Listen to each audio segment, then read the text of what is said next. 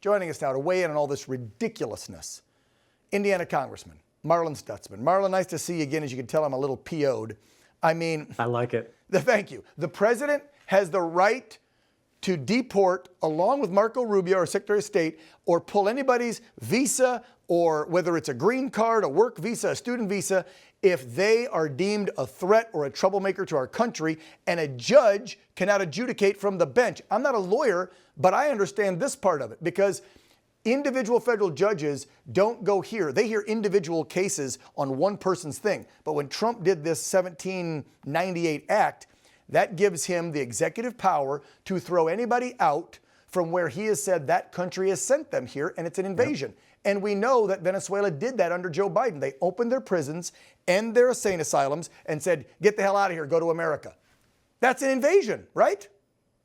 Absolutely. You know, you would think that, Dan, that the Democrats would have learned from the election the fact that Donald Trump won on a message that he was very clear about. He told the American people exactly what he was going to do. Yep. And the American people voted him into office to be the executive of the United States of America, not the legislative branch, not the judiciary. He is the executive. It is his responsibility to execute the laws on the books. And that's what he's doing. And you know what? God bless Stephen Miller for explaining to the liberal reporters that don't get it. And of course, they just want to tie President Trump's hands, just like this liberal judge does as well. Yep. And, this is going to come back to bite them again. They have not learned their lesson. And the American people, I tell you, Dan, I hear it all over Northeast Indiana as I'm back in the district. The American people are grateful that the president is standing up for the American people, protecting our borders, going after these bad guys. And I'll tell you what, I love the video. That was not just an iPhone, video that they were shooting of these prisoners being sent to El Salvador. That was a video, and that was also to show those who are in this country, this is what's going to happen to you. Yes. And if those that are thinking about committing a crime, this is what's going to happen to you. And so God bless President Trump for doing what he's doing. Well, and you gotta thank the new elected president of El Salvador, right, for doing this deal with Trump, taking these scumbags, but also shooting this video and sending it to us, because obviously it came from El Salvador, and he wants to help us send that message. Like, this is what's going to happen to you. And in El Salvador, the prisons are a little different than, let's say, California, where I live, where you can get your GED, watch cable TV, you can see the girls on The View and clap for Whoopi if you're one of those. Okay, you can do that in a California prison. In El Salvador, this is what happens to you. That's right. And we've needed this sort of visual for the criminal that's in the United States, that, you know what, it's been too long that they think, you know what, if I did go to prison, you would get the cushy cell room, and you'd get the chance to get an education while you're there and work out and all of this. We need to make sure that prisons are not a place people want to go to. And the fact that President Trump and the El Salvadorian president had this agreement, I think it's the best thing to send a message that there's a new sheriff in town. And if you want to mess around, you're going to find out that that's a place that you could end up if you're going to attack the American people. I think 100 years from now, when they're doing the chronicles of the second Trump administration, they're going to have to put an acronym in there. And it's going to say FAFO, Marlin. It crossed my mind. Damn. All right, a couple more things to talk to you about, and I'll let you run. So it was St. Paddy's Day this week, of course, and this ties to immigration. And I think this guy's hilarious. I know some people hate him because of his personality, but Conor McGregor, right?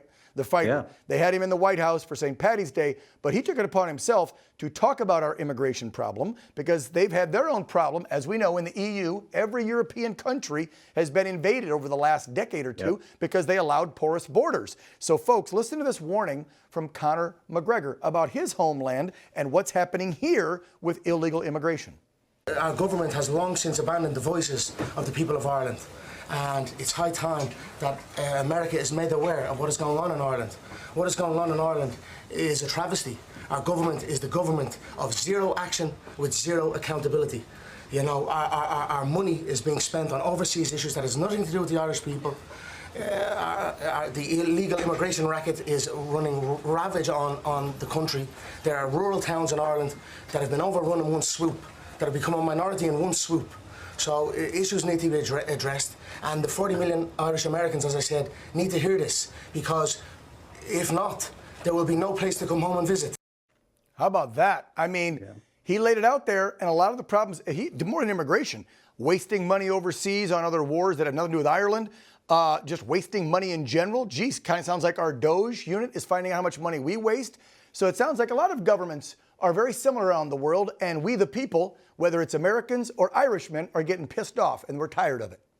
Yeah, good for Conor McGregor for speaking up. You know, I'm married to a little Southern Irish girl, and, you know, they are very passionate. They're very proud of their heritage. And Ireland is, of course, one of the wonderful places on earth to visit. And, you know, this is what's happening in the EU. They're opening their borders to, you know, the refugees or to the immigrants or whatever you want to call it, coming from some other place that is war-torn or what have you. But the fact is, look at Germany. Germany did the same thing, and Germany just elected a conservative leader for Germany. This is happening around the world, and I think it's going to continue to happen, Dan, because President Trump has finally stood up and said what everybody else is thinking, and finally is enacting it. And now he is emboldening other people around the world to elect leaders who are going to control their borders, protect their countries, and make sure that they stand for their values. Which in you're their seeing it in El country. Salvador, and you're seeing it in Argentina with Milei. Right. There's new leaders that won over their last couple year elections that are very similar to Trump, that are wanting to help their nation, not everybody around the whole damn globe, and people are jumping on board with that. Marlon, I know you got to run. I just wanted to throw one last thing out, because with all the amazing Doge cuts that Elon's team is doing, you have all these radical lefties out there going after Elon and Tesla and his companies. They're literally, there's video in Las Vegas. They burned up a bunch of cars at a dealership, and they're torching charging stations. There's the video. I mean, ridiculousness. But you know what? They're being incited by idiots on the left, like one of your counterparts in the Senate. And I know you tweeted about this, so I'm going to throw it up quick as we say goodbye to you. But Captain Mark Kelly. So Mark Kelly, the senator, is one of those idiots out there saying, I'm getting rid of my Tesla, right? We've seen celebrities do this. We've seen people out keying them and scratching and you know, slashing tires. Now you have sitting senators going, well, I'm trading mine and I'm going to go to this Chevy car. What do you make of all this crap against Elon simply because he's trying to find fraud, waste, and abuse? Final one to you, Marlon.